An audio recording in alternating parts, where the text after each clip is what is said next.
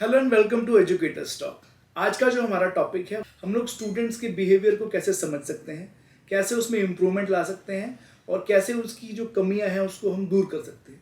साथ साथ हम बात करेंगे स्टूडेंट्स के वेल बीइंग को मेंटेन करने के बारे में। और इसके अलावा आज का जो हमारा टॉपिक रहेगा वो थोड़ा न्यू एजुकेशन पॉलिसी के ऊपर भी रहेगा। उसकी जो की पॉइंट्स हैं हम उसको डिस्कस करेंगे इस पॉडकास्ट के अंदर। लास्ट टाइम हमने एक बात की थी बेस्ट प्रैक्टिस के बारे में, जो याद है हमने लास्ट पॉडकास्ट में बात की थी MTSS के बारे में। उसके बारे में थोड़ा और डिटेल से हम जानना चाहेंगे, व्यूअर्स भी और मैं भी उसमें थोड़ा सा इंटरेस्टेड हूँ। तो MTSS is a multi-tiered system of support. MTSS एक बड़ी फेमस एक टेक्निक है, एक मेथडोलॉजी है जो USA के मोस्ट ऑफ द स्कूल्स में इम्प्लीमेंट वो लोग करते हैं। ओके, इसका मेन पर्पस होता है बच्चे की ओवरऑल परफॉर्मेंस, उसके बिहेवियर, उसके डिसिप्लिन को पहले से ही मॉनिटर कर लेना। ठीक है, उसकी स्क्रीनिंग करना, स्क्रीनिंग करके उसकी प्रोग्रेस की मॉनिटरिंग करना और फिर उसको मल्टी टीयर्स में उसको डिवाइड कर लेना। मतलब कि बच्चों को डिवाइड कर लेना कि कौन सा पर्सन जो है वो सेंसिटिव एरिया में आता है। फॉर एग्जांपल एक पर्सन कभी कभी बिहेवियरल दिक्कतें करता है, ठीक है, इनडिसिप्लिन क्रिएट करता है या उसकी परफॉर्मेंस बहुत अच्छी नहीं है, ठीक है, तो वो टीयर 1 में आ जाएगा। टीयर 1 में कुछ स्टेप्स लिए जाते हैं, रिस्टोरेटिव प्रैक्टिसेस की जाती हैं जिससे हम बच्चे को सुधारने की कोशिश करते हैं मोटे तौर पे। उसमें भी जो बच्चा सुधर नहीं पाता उसको हम टीयर 2 में डाल देते हैं। एक लॉन्ग टर्म एग्जामिनेशन उसका चलता है या हम उसको अब 3 से 4 हफ्ते या 6 हफ्ते तक हम उसको मॉनिटर करते हैं। ठीक है, उसको ज़्यादा लंबे टाइम तक मॉनिटर करते हैं, उसकी और डेप्थ में हम जाते हैं। ओके, ठीक है, एग्जाम्पल टीयर 1 में हम बेसिक चीज़ें देख रहे हैं, जैसे कि बच्चे ने इनडिसिप्लिन क्रिएट किया तो क्यों किया, या कब कब किया, किस किस पॉइंट पर किया, क्या क्या इनडिसिप्लिन क्रिएट हुआ, परफॉर्मेंस उसकी अच्छी नहीं आई तो किस किस सब्जेक्ट में आई। ये सब जनरल डेटा टीयर 1 में हम ले लेते हैं। ओके, ठीक है। अच्छा, ये लेता कौन है डेटा? नॉर्मली क्लास टीचर को एक फॉर्म दिया जाता है, फॉर्म दिया गूगल जाता है। शीट्स के रूप में होता है वो फॉर्म, या कुछ सॉफ्टवेयर्स भी आते हैं।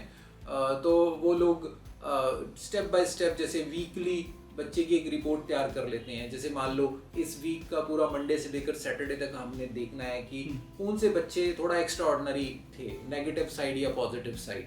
ठीक है, तो उन बच्चों का एक अलग से लिस्ट तैयार कर ली जाती है। सबसे पहला स्टेप आता है इसमें स्क्रीनिंग। ओके, ठीक है, स्क्रीनिंग कर ली जाती है कि ये बच्चे कुछ कुछ इनमें करेक्शन करने की ज़रूरत है। ठीक है ना, कुछ करेक्शन करने की ज़रूरत है, तो वो लिस्ट हम बना लेते हैं। फिर उनका एक फॉर्म सबमिट किया जाता है। कई बारी प्रिंटेड फॉर्म होता है, कई बारी गूगल शीट्स होती हैं, कई बारी कुछ स्कूल्स में कुछ स्पेशल सॉफ्टवेयर्स भी यूज़ किए जाते हैं। ओके, ठीक है, जैसे हाई-फाई कम्युनिटी है तो वो एक सॉफ्टवेयर स्पेशली स्कूल्स को देती है, तो वहाँ से डेटा कलेक्ट किया जाता है उन शीट्स के जरिए। This is a kind of behavioural study, something like that. ये बिहेवियरल स्टडी तो है ही है, सिर्फ बिहेवियर के केस में इसको यूज़ नहीं किया जाता। इसके अलावा भी बहुत सारे अलग डोमेन्स में बच्चे की परफॉर्मेंस, उसका डिसिप्लिन, उसकी स्ट्रेंथ्स, उसकी वीकनेस, मल्टीपल एरियाज में इसका यूज़ किया जाता है। पर हाँ, बिहेवियर का जो है ना, बिहेवियर के लिए भी किया जाता है। बिहेवियर के लिए सबसे ज़्यादा वन ऑफ द पार्ट है इसका। यस, तो बिहेवियर RTI तो इसमें मेजर एक पोर्शन रहता है। तो सबसे पहले स्क्रीनिंग करके हम डेटा ले लेते हैं टीयर 1 में कि भाई ये बच्चे हैं और इनको जो है ना, इनके कुछ बिहेवियर में दिक्कत है या इनकी परफॉर्मेंस में प्रॉब्लम है जिसको सुधारने की ज़रूरत है। ठीक है, टीचर्स उस डेटा को एनालाइज करके अपने लेवल पर उनको इम्प्रूवमेंट करने की कोशिश करते हैं। किसी एक्सपर्ट्स की जरूरत पड़ती है बीच में या एक्सपर्ट्स तक की जरूरत जो है वो टीयर 2 में पड़ती है। टीयर 2 में जो बच्चे टीयर 1 में भी इम्प्रूव नहीं हो पाते, नहीं इम्प्रूव हो पाते, तो फिर उसको फ्रेश एक डेटा लिया जाता है, उनके बैकग्राउंड को एनालाइज किया जाता है। कौन पर्सन किस पर्टिकुलर बैकग्राउंड से आता है, कौन पुअर फैमिली से आ रहा है, कौन किसके पेरेंट्स हैं, किसके पेरेंट्स नहीं हैं, किसके पेरेंट्स कोऑपरेटिव नहीं है, कौन वर्किंग क्लास से आता है, बैकग्राउंड की स्टडी आता है, कैसे कैसे आता है, उनके बायोलॉजिकल डेटा क्या बोलता है, उनका एनवायरनमेंट कैसा है, सोसाइटी कैसी है, कहाँ बच्चा रहता है। ठीक है, बिकॉज हर चीज़ मैटर करती है। आपको दिखता है बच्चे का बिहेवियर, बट उसके बैकएंड पे जो बहुत सारी चीज़ें चल रही है ना, वो सब डेटा फिर वो टीयर 2 में कलेक्ट करते हैं। ठीक है। टीयर 2 में फिर स्पेशल कमेटी होती है, स्पेशल एक्सपर्ट्स उसको देखते हैं, उस डेटा को एनालाइज करके फिर उसको रिपेयर करने की कोशिश करते हैं, रिस्टोरेटिव प्रैक्टिसेस करने की कोशिश करते हैं।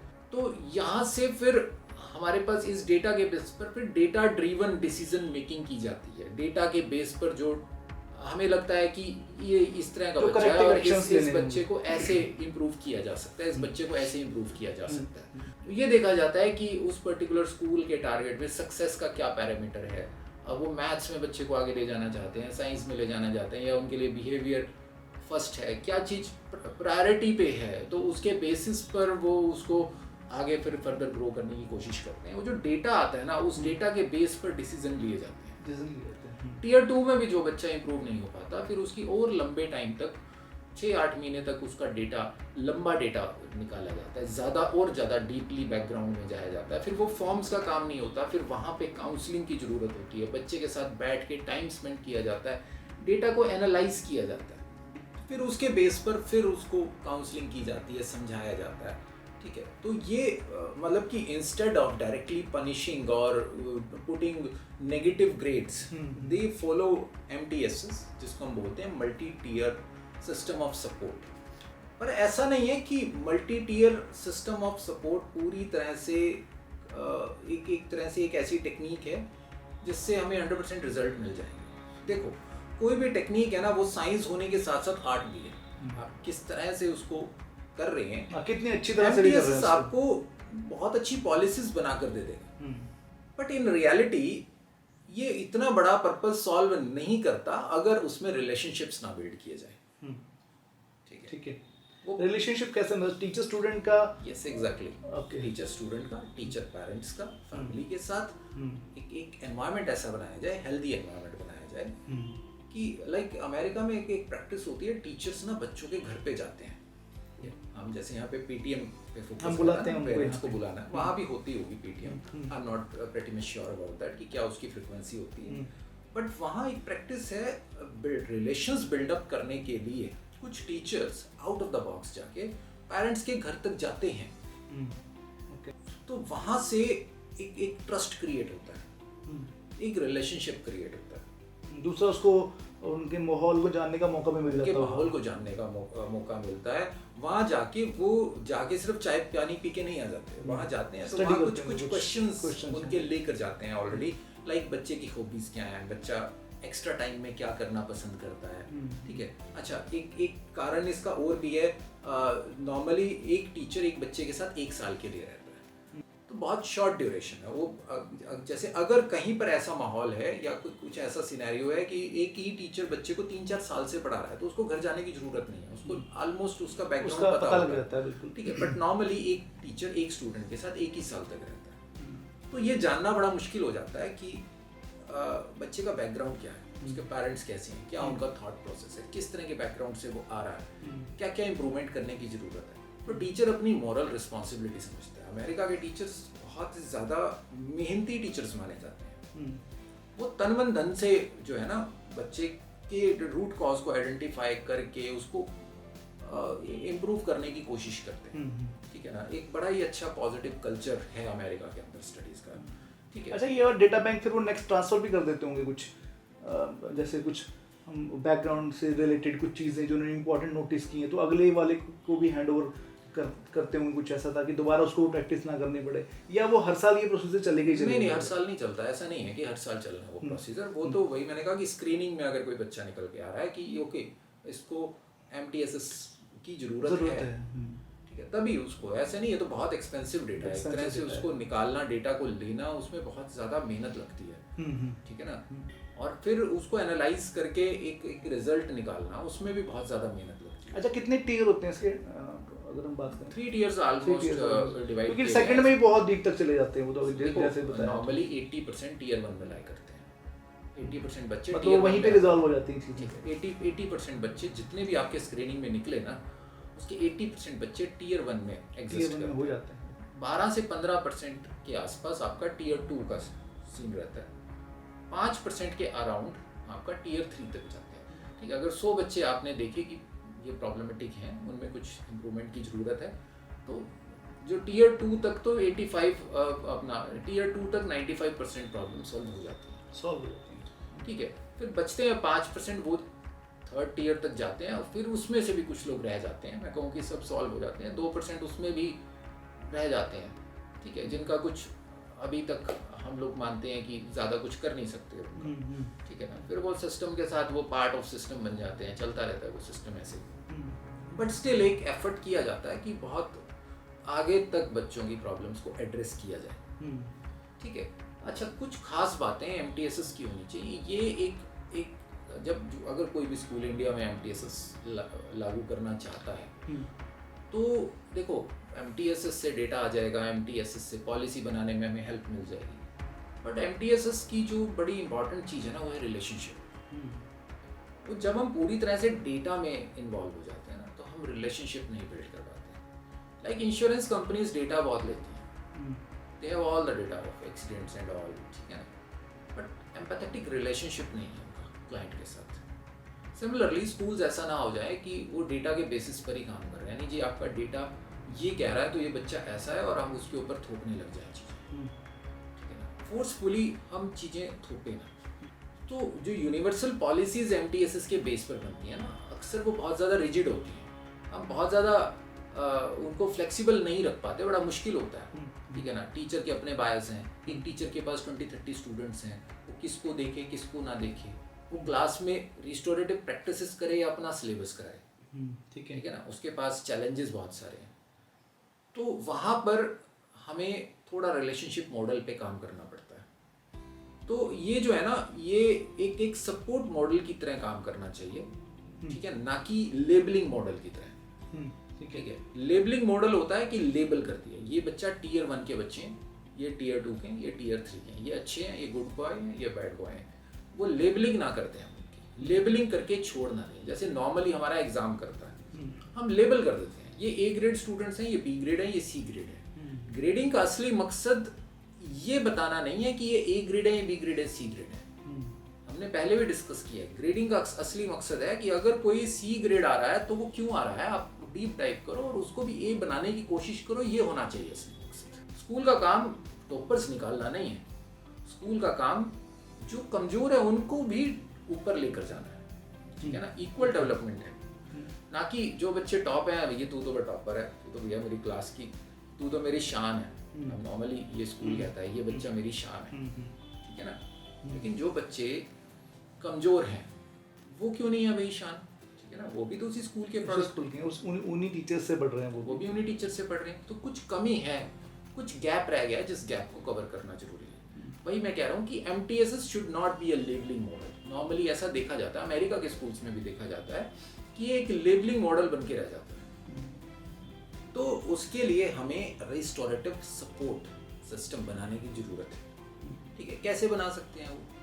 टीयर 1 की अगर बात करें तो हमें सबसे पहले रिस्टोरेटिव लैंग्वेज मॉडल का यूज़ करना पड़ेगा। हमें ऐसे शब्दों का इस्तेमाल करना पड़ेगा कि बेटा घबराने की बात नहीं है, आप भी कर सकते हैं, आप भी बेहतर कर सकते हैं, ठीक है। कुछ इम्प्रूवमेंट्स की रिक्वायरमेंट है, हमें एक लैंग्वेज मॉडल अपना क्लास में, स्कूल में एक इम्प्लीमेंट करना पड़ेगा, ठीक है ना। नॉर्मली पूरे स्कूल के लिए एक ही जगह पॉलिसी डिज़ाइन हो जाती है, बच्चे छूट जाते हैं, हर बच्चे को एक ही भाषा समझ में नहीं आती, किसी को वो भाषा अच्छी लग रही है, किसी को नहीं लग रही है, ठीक है। तो यहाँ पे रिस्टोरेटिव मॉडल का मतलब है, रिस्टोरेटिव लैंग्वेज मॉडल का मतलब है कि हम बच्चे की रिक्वायरमेंट, उसकी नीड, उसके बिहेवियर के हिसाब से उसके साथ एक लैंग्वेज में बात करें, ठीक है ना। हमको एम्प्लॉयर थोड़ी ना है कि हमने सबको एक ही तरह से ट्रीट करना, ठीक है, और वो हमारे एम्प्लॉयज़ थोड़ी ना है कि हमने सबको एक ही तरह से ट्रीट करना, ठीक है ना।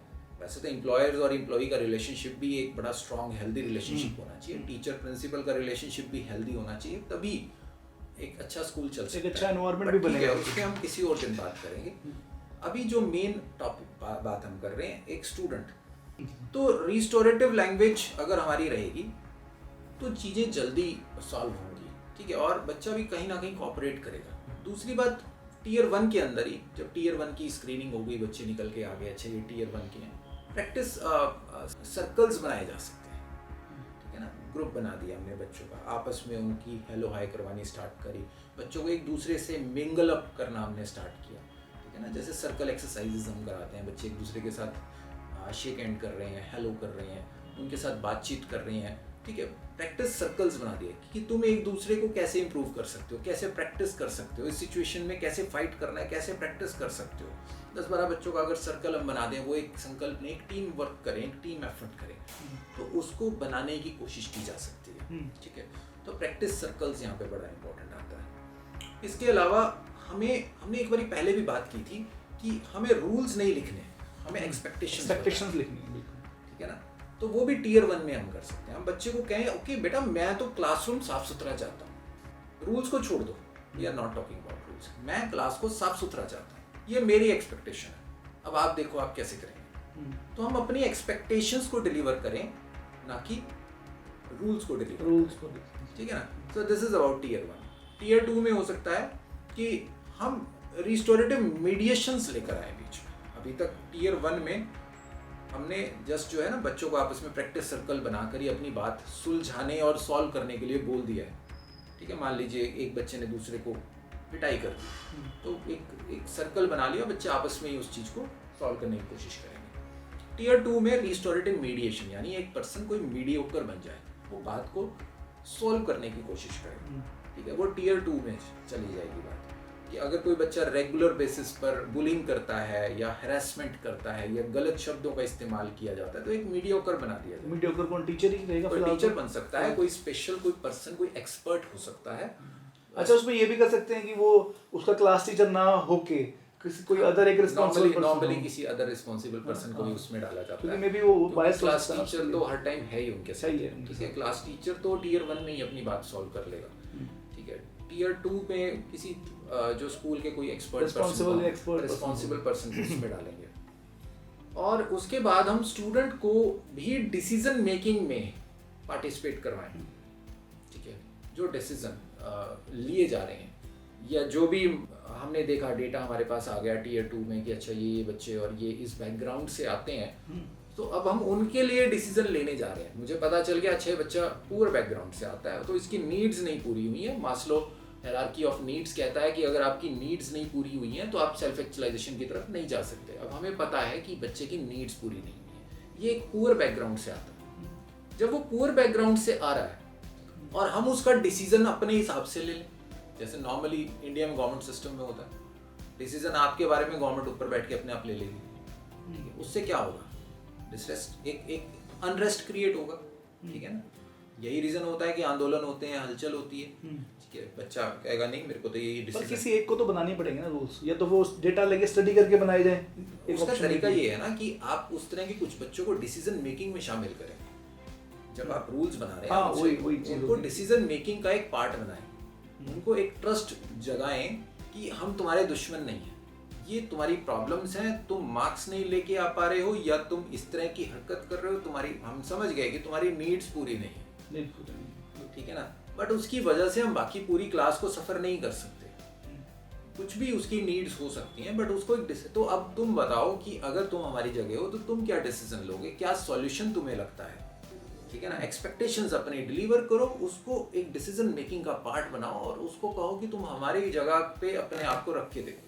पर यहाँ पे कन्फ्लिक्ट्स हो सकते हैं, मतलब जैसे अलग अलग संभावना तो कन्फ्लिक्ट्स की हमेशा ही रहती है, बट प्रयास करने से ही समस्याएं सॉल्व होती हैं। दुनिया में इतने सारे कॉन्फ्लिक्ट्स हैं, फिर भी यूनाइटेड नेशन सभी कंट्रीज को एक करके एक बातचीत के प्लेटफॉर्म पर लाने की कोशिश करता है, ठीक है ना। हम G20 की बात करते हैं या G8 कंट्रीज की बात करते हैं, ये लोग बातचीत के लिए बने हैं ना, कॉन्फ्लिक्ट्स को खत्म करने का प्रयास करते हैं, खत्म तो नहीं करते, पर कहीं ना कहीं एक प्लेटफॉर्म पे ले आते हैं, प्लेटफॉर्म पर आते हैं लोग, अपनी बात रखते हैं, ठीक है, एक जनमत हासिल करते हैं। हाँ, ये है कि वहां से आपको व्यूज मिल सकते हैं कि आप दूसरे को भी समझते हैं ना, उसमें 360 डिग्री आपकी अप्रोच बनती है, आप दूसरा साइड भी देखना स्टार्ट करते हैं, बिल्कुल, ठीक है ना। तो ये बड़ा इंपॉर्टेंट है कि हम उसको डिसीजन मेकिंग में लेके आए। एक चीज और हो सकती है कि बच्चे का अगर लग रहा है कि फिक्स्ड माइंडसेट है, फिक्स्ड माइंडसेट, ग्रोथ माइंडसेट हमने पहले डिस्कस किया है एक बार। फिक्स्ड माइंडसेट यानी वो चेंज को एक्सेप्ट ही नहीं करना चाहता, ठीक है ना। ग्रोथ माइंडसेट यानी वो ग्रोथ करना चाहता है, वो बदलना चाहता है, वो फ्यूचरिस्टिक है। तो हम यहाँ पे ग्रोथ माइंडसेट डेवलप करने की कोशिश करें, ठीक है। उसको बताएं कि बेटा change is the part of life, ठीक है। तो ग्रोथ माइंडसेट उसका डेवलप करने की कोशिश करें। तो इस तरह से हम रिलेशनशिप बिल्ड करते हुए टीयर 2 में चीज़ें इंप्रूव कर सकते हैं। टीयर 3 में अगर बात चली जाती है तो फिर वहाँ पे थोड़ा सा चीज़ें और ज़्यादा डीप डाइव करना पड़ता है, एक्स्ट्रा सपोर्ट लेनी पड़ेगी, हमें काउंसलर्स चाहिए, उसमें हमें की। बहुत कुछ चाहिए, ठीक है। उसमें फिर एक एम्पैथी ड्रिवन कल्चर हमें बनाना पड़ता है। फिर उसमें एक चीज़ और भी है ना, पड़ेगा, पेरेंट्स की भी बहुत सपोर्ट लगेगी, पेरेंट्स की सपोर्ट लगेगी, हमें एम्पैथेटिक होना पड़ेगा, आप उनकी प्रॉब्लम्स को समझना पड़ेगा। मतलब कि अब वो शोले का एक डायलॉग है ना, लास्ट में वो बोलता है कि उसको धर्मेंद्र को वो बोलता है कि अरे मैं तुम्हारा दुख साझा तो नहीं कर सकता पर उसे समझ सकता हूँ, ठीक है। तो एम्पैथी होता है समझना, सिंपैथी होता है साझा करना, ठीक है। भाई तुम रो रहे हो तो मैं तुम्हारे साथ बैठ के रो तो नहीं सकता, ठीक है ना। जैसे हमारे इंडिया में किसी की डेथ हो जाती है तो बहुत सारे लोग वहाँ सिंपैथी वाले आते हैं, जो वो रो रहा होता है तो उसके साथ सब लोग रोने लगते हैं, वो होता है साझा करना, ठीक है ना। बट आज का वक्त है एम्पैथी का। चलो अब वो साझा तो नहीं कर सकते, इतना टाइम नहीं है, समय नहीं है, बस समझ सकता हूँ कि तुम्हारा दुख जो है बहुत समझ सकता हूँ, सजेशन दे सकता हूँ, समझ सकता हूँ, सजेशन दे सकता हूँ। तो एम्पैथेटिक बिहेवियर, एम्पैथेटिक कल्चर हमें एक स्कूल में डेवलप करना पड़ेगा। टीयर 3 में जो बच्चे आ गए, समझने की कोशिश करो, आप किस बैकग्राउंड से आ रहे हो, क्या प्रॉब्लम्स हैं, समझ सकता हूँ, मैं तुम्हारी प्रॉब्लम समझ सकता हूँ, इस तरह के वर्ड्स हम यूज़ करके, ठीक है। बट स्टिल ये बिहेवियर अच्छा नहीं है, या पढ़ना तो पड़ेगा, मैं समझ सकता हूँ कि तुम्हें बहुत सारे काम हैं, ठीक है, या तुम्हारे ऊपर बहुत ज़्यादा स्ट्रेस है, स्ट्रगल कर रहे हो तुम, बट स्टिल पढ़ाई तो करनी पड़ेगी, ये तुम्हारे बेनिफिट के लिए है। तो कहीं ना कहीं एक एम्पैथेटिक कल्चर हम स्कूल में डेवलप करेंगे। अच्छा, एक चीज़ और मैं पूछना चाह रहा था, कितना प्रैक्टिकल है ये, मतलब अगर हम बात करें कि प्रैक्टिकलिटी की कितनी उसको again it's an art, implement करने वाले के ऊपर बहुत डिपेंड करता है। दूसरी एक चीज़ होगी, इम्प्लीमेंट करने वाले के ऊपर बहुत डिपेंड करता है। एक चीज़ और ये है कि स्कूल्स को कितनी ज़रूरत है इसको इम्प्लीमेंट करने की, उनको ये होना चाहिए इसके अंदर, वो आपको क्या लग रहा है इस चीज़ की कितनी ज़रूरत है? स्कूल्स हमारे इंडिया में, इम्प्लीमेंटेशन तो एक नेक्स्ट पार्ट आता है, पहले आता है कि हम उसको एक्सेप्ट करें कि हाँ ज़रूरी है। स्कूल्स दो प्रकार के हैं इंडिया में, एक वो जो हर बच्चे को एक इंडिविजुअल मानते हैं, और एक वो जो मानते हैं कि अच्छा पूरी भीड़ है, ये पूरी भीड़ ही एक है ना। नॉर्मली आप देखते हैं जो पूरी भीड़ को एक मानते हैं, वो नंबर रेस में है, हमें 3000 स्टूडेंट करने हैं, 5000 करने हैं। साउथ इंडिया में आप जाएंगे 10,000 12,000 बच्चा एक स्कूल में पढ़ रहा है, तो डिपेंड करता है उसमें कहाँ इम्प्लीमेंट कर लेंगे वो लोग, उनमें नहीं कर सकते, उसमें बात करने का फायदा ही नहीं है, कैसे कर लोगे, तो पॉसिबल ही नहीं है, प्रैक्टिकली पॉसिबल नहीं है, प्रैक्टिकली पॉसिबल नहीं है। चेन्नई में अभी मेरी कज़न है, तो थी अभी, अब तो आ गए हैं वापस, तो उनका बेटा जिस स्कूल में पढ़ रहा था वहाँ 11,000 की स्ट्रेंथ है उस स्कूल में, 100 years old स्कूल है। अब हम ये नहीं मान सकते कि भाई ऐसे स्कूल, भाई जिसके पास इतनी भीड़ ऑलरेडी आ रही है, वो इम्प्लीमेंट करेंगे भी तो क्यों करेंगे? कहीं ना कहीं इसमें स्कूल का पर्पस भी क्वेश्चनेबल हो जाता है कि अब वो अब मतलब आप स्कूल खोल के बैठे हो तो वाकई में एजुकेशन देने के लिए बैठे हो। मजे की बात बताऊं, उन स्कूल्स में वो लोग टेक्नोलॉजी वाइज कोई बहुत अच्छे नहीं है, बस नाम चल रहा है, इवन स्मार्ट क्लासेस नहीं है, इवन प्रैक्टिकल कुछ भी एजुकेशन नहीं है, ठीक है ना, वो बस नाम चल रहा है, तो नाम के नाम पर सब कुछ हो रहा है।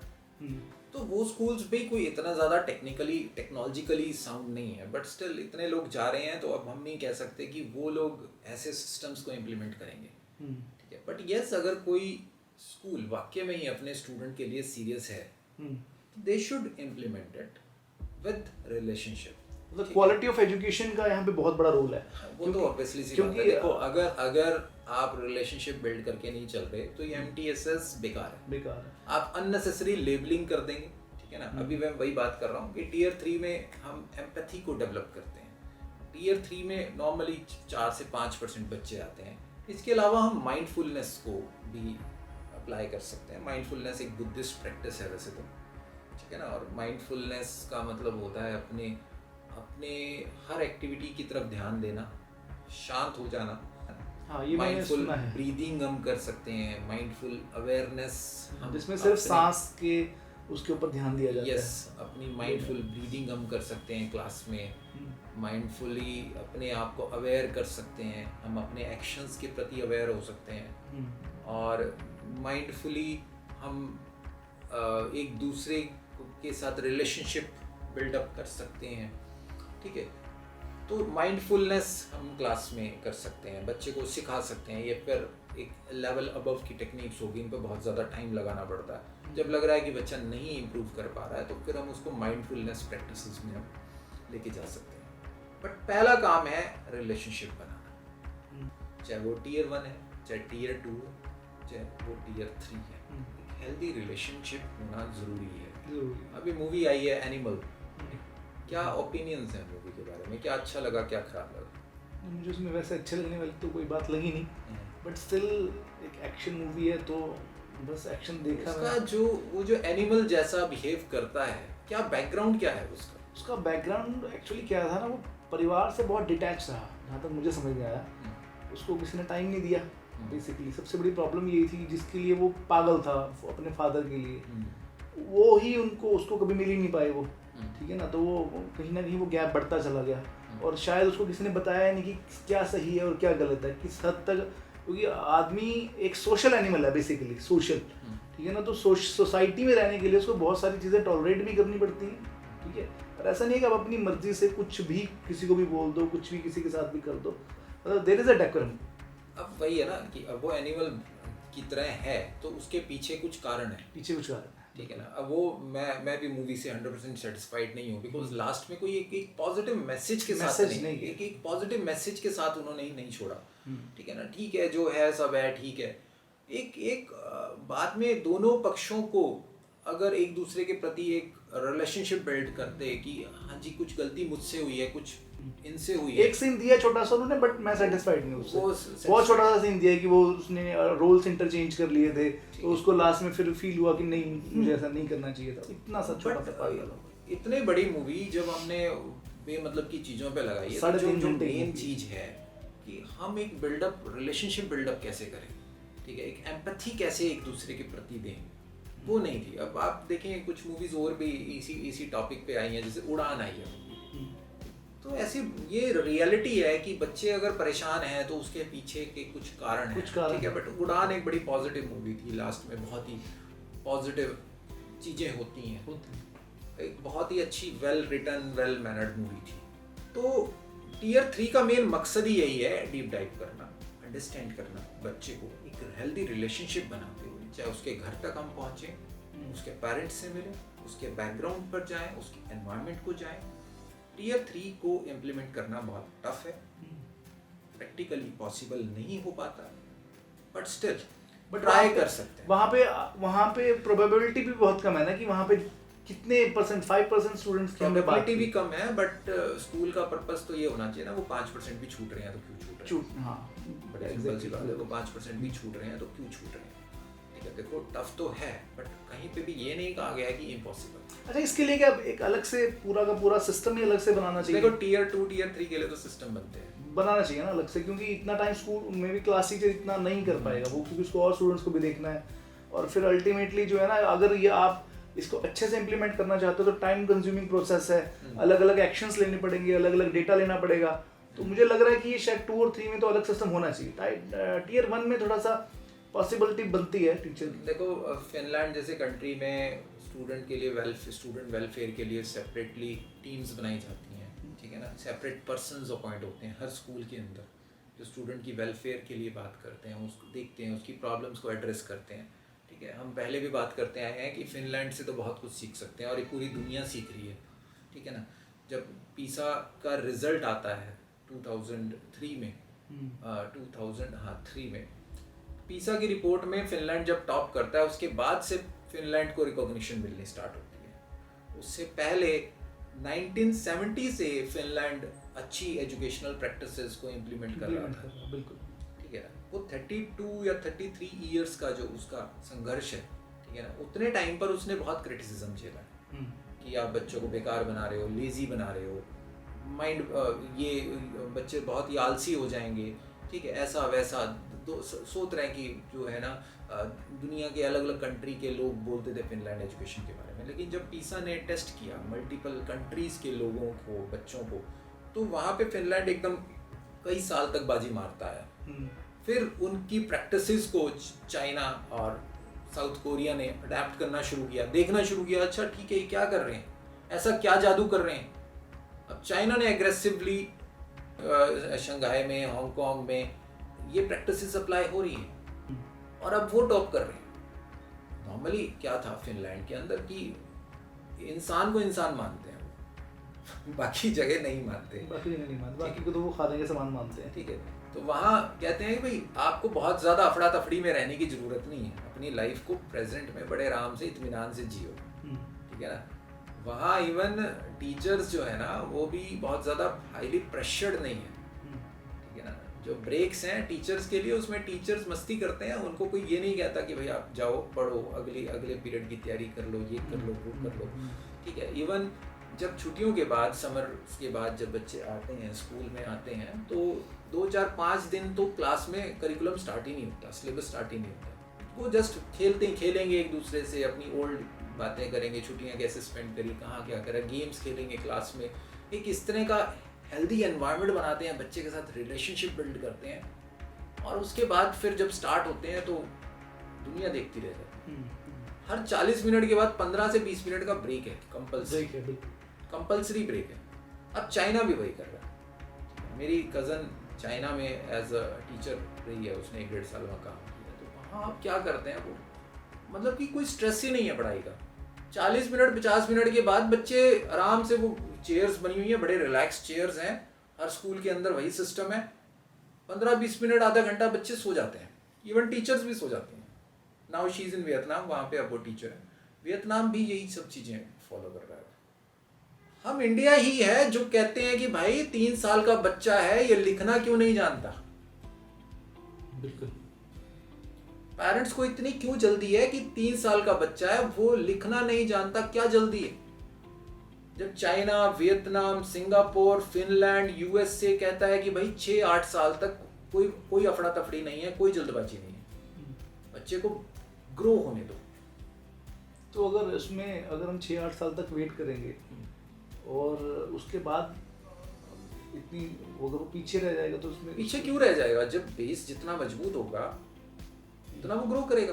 क्या अदर एक्टिविटीज नहीं करेगा? पीछे रहने का मतलब तो ये हो गया कि उसने कुछ किया ही नहीं। अब 6 साल अगर बच्चा 70% टाइम खेलने में लगा रहा है, क्लाइंबिंग कर रहा है, स्विमिंग कर रहा है, इंडिया में बताओ कितने लोग स्विमिंग करते हैं, कितने लोग क्लाइंबिंग जा रहे हैं बच्चे, बताओ क्या परसेंटेज है? क्लास 10th तक मैं चैलेंज करता हूँ 90% बच्चे ऐसे होंगे जिन्होंने आज तक कभी क्लाइंबिंग नहीं करी होगी, कभी ट्रैकिंग नहीं करी होगी, कभी वो गए नहीं होंगे कहीं, कुछ भी नहीं उन्होंने करा होगा सिवाय किताबें देखने के। हम यहाँ एक्सपेक्ट करते हैं कि एक बच्चा जो LKG क्लास में है या नर्सरी में है, वो रिवर्स काउंटिंग नहीं आ रही, उसको ABCD नहीं आ रहा, उसको ये नहीं आ रहा, वो नहीं आ रहा। अरे भाई, क्या आपको लगता है कि रिवर्स काउंटिंग या ABCD को इतना बड़ा चैलेंज है?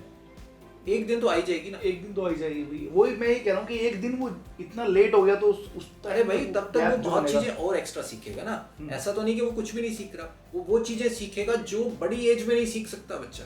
फिजिकली ग्रो होना, आप देखो जितने भी अच्छे स्पोर्ट्स पर्संस हैं, जितने भी अच्छे लोग हैं जो एडवेंचर की तरफ जाते हैं या जो कुछ अच्छी रिसर्च करते हैं, वो फिजिकली तो फिट होते हैं। बिल्कुल, ठीक है ना। और अमेरिका और यूरोप और इधर के कंट्रीज जितने भी हैं, ये सब लोग छोटे छोटे बच्चे इतने अच्छे स्विमर्स हैं, मतलब कि parents are not even scared. वो शिप में लेके जाते हैं बच्चे को, सी में फेंक देंगे, वो करवाते हैं डाइव। बिल्कुल ठीक है, ऑब्वियसली सी बात है कि सपोर्टिव मेजर्स वो लोग लेते हैं, सेफ्टी मेजर्स तो वो लेते हैं। बिल्कुल, बट क्या हमारा इतना दिल है? नहीं, क्योंकि हम लोगों ने कभी ऐसी एक्टिविटीज में इन्वॉल्व नहीं किया। तो हम बच्चों को मजबूत बना रहे हैं या कमजोर बना रहे हैं? फिजिकली तो कमजोर ही बना रहे हैं। नाउ पेरेंट्स वांट कि स्कूल्स में AC चले, टेम्परेचर भी कम रहे। बच्चों को मजबूत बना रहे हैं या कमजोर बना रहे हैं? बिल्कुल कमजोर। The students can not even handle 40 degree Celsius temperature now. बच्चों को आदत ही नहीं है, 40 डिग्री सेल्सियस टेम्परेचर हो जाए तो बच्चे कहते हैं क्या हो गया। पुराने जमाने में कौन से थे भाई AC, और टेम्परेचर कितना हाई रहता था वहाँ तो उस टाइम तो मतलब पंखे भी कभी मतलब बहुत। क्या उससे डेवलपमेंट घटी या बढ़ी? फिजिकली तो वो लोग बहुत आगे थे हमसे, फिजिकली नहीं, मेंटली भी बहुत आगे। आप देखो जितनी भी जो उस समय रिसोर्सेज नहीं थे, उसके बावजूद भी उस लेवल की रिसर्चेज उस समय पर हुई हैं। जिसका कोई आज की डेट में भी तोड़ नहीं है। बिल्कुल। आज तो रिसोर्सेज हैं, रिसोर्सेज हाथ में होने के बावजूद, इतनी इंफॉर्मेशन होने के साथ हम इतनी रिसर्च कर लें तो कोई इतनी बड़ी बात नहीं है। बड़ी बात नहीं है, बिल्कुल। मुझे नहीं लगता इलेक्ट्रिसिटी से बड़ी डेवलपमेंट अभी तक हुई है। इंडिया का इतिहास तो इतना वास्ट रहा है एजुकेशन में। हम लोग बहुत ही एक बहुत ही कल्चरली रिच और बहुत ही मॉडर्न सोसाइटी थे। इतने मॉडर्न थे कि अमेरिका और इधर के कंट्रीज तो उस समय बहुत रूढ़िवादी सोच वाले थे, ठीक है। आज जिस लेवल पर अमेरिका है ना, उससे भी कई गुना ज्यादा एडवांस हमारी सोच थी, महिलाओं को लेकर, बच्चों को लेकर, टेक्नोलॉजी को लेकर। कोई भी चीज है ना, वो ऐसे नहीं बन गई कि बनी गई। हर चीज के पीछे एक लॉजिक रहा है, चाहे वो शिवलिंग है, चाहे वो मंदिर है, चाहे वो खजुराहो की मूर्तियां हैं, ठीक है। वो जो पोजेस वहां पर बनाए गए हैं, उनके पीछे एक मैसेज है, ठीक है। वो सब चीजें, मतलब कि जो आज अमेरिका भी अभी तक उस लेवल पर इमेजिन नहीं कर सकता कि ये लोग कैसे खुलेआम इतनी सब चीजें मंदिरों में बनी हुई हैं। वो कहीं ना कहीं एक एजुकेशन का पार्ट रहा होगा। वो एजुकेशन का पार्ट रहा होगा, नहीं, एजुकेशन का पार्ट ही था। जो मंदिर एक्चुअली पूजा घर नहीं थे, ये एक एजुकेशन का प्लेस होते थे। तो अब हमने उनको पूजा घर बना दिया। वहां से कुछ सीखना नहीं चाहते, बस अपना डर खत्म करने के लिए जाते हैं। तब वहां लोग सीखने के लिए जाते थे। अब शिवलिंग है, शिवलिंग के बहुत सारे मीनिंग हैं। शिवलिंग आपको एक मैसेज देता है।